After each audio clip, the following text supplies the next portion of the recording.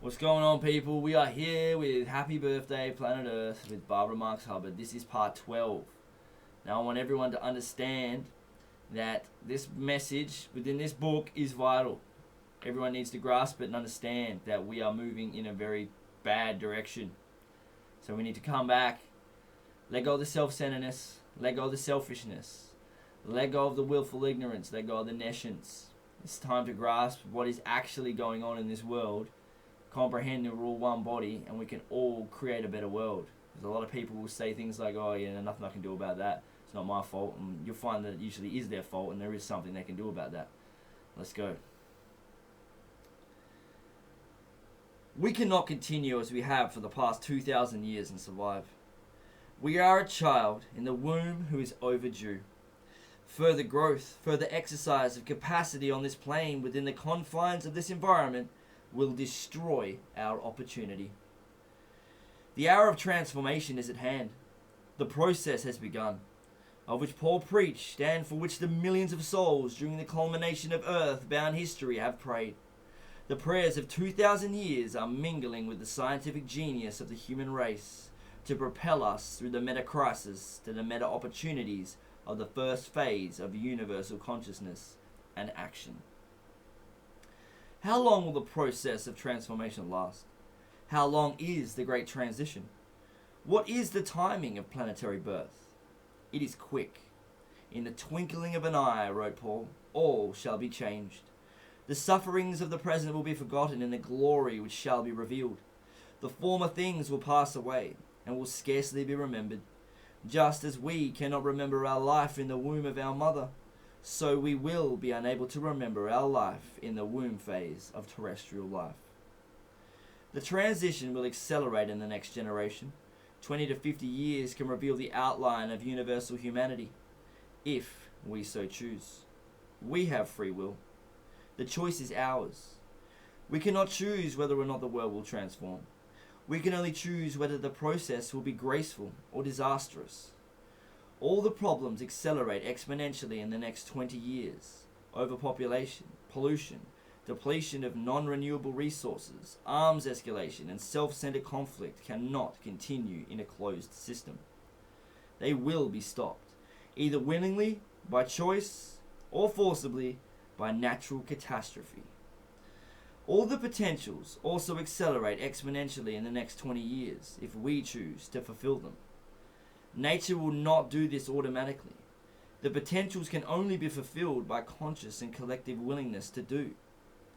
Human settlement of outer space, longevity, increased intelligence, and other potentials, if actualized, will interact synergistically upon each other, creating a quantum leap in human performance in one generation.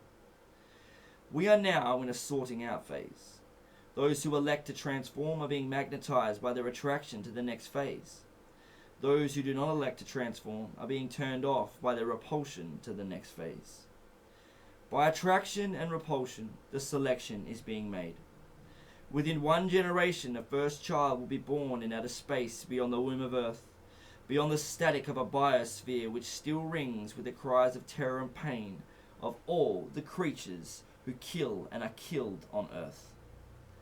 This child will look outward to Earth as a world it has never seen, a way of life it has never known.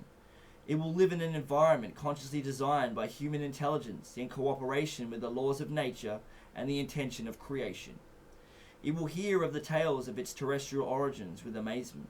It will ask, how could it be that we could go so long without knowing we are all part of the same creation, imbued with the power of the Creator, working in cooperation with all life? The first generation to be conceived in space will have a slightly different genetic code. The step towards imperishable bodies will be made. The era of natural Christs will begin. The root of human evil will be exorcised forever. David saw corruption. His body was mortal. Jesus saw incorruption. He built a new body. The root of human evil is the corruptibility of the body. The morality of the body causes fear everlasting. Our animal origins are imprinted on that body. Out of the darkness of kill and be killed, where millions of species eat each other alive, out of this environment of violence we have risen. Our sensitive nervous systems carry the memory of pain, immemorial. in the terror that flesh and blood will perish is one of the roots of human evil.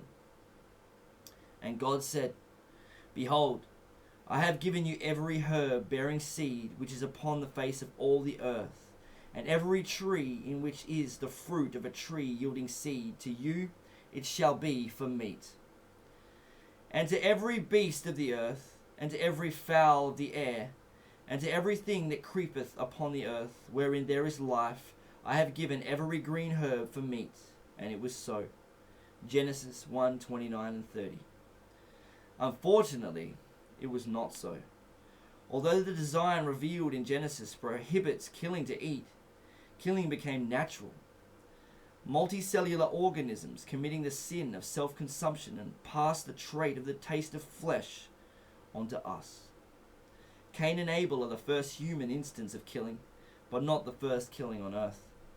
The remarkable fact of the story of Cain and Abel was the awareness that we should not kill. That was new with the human race.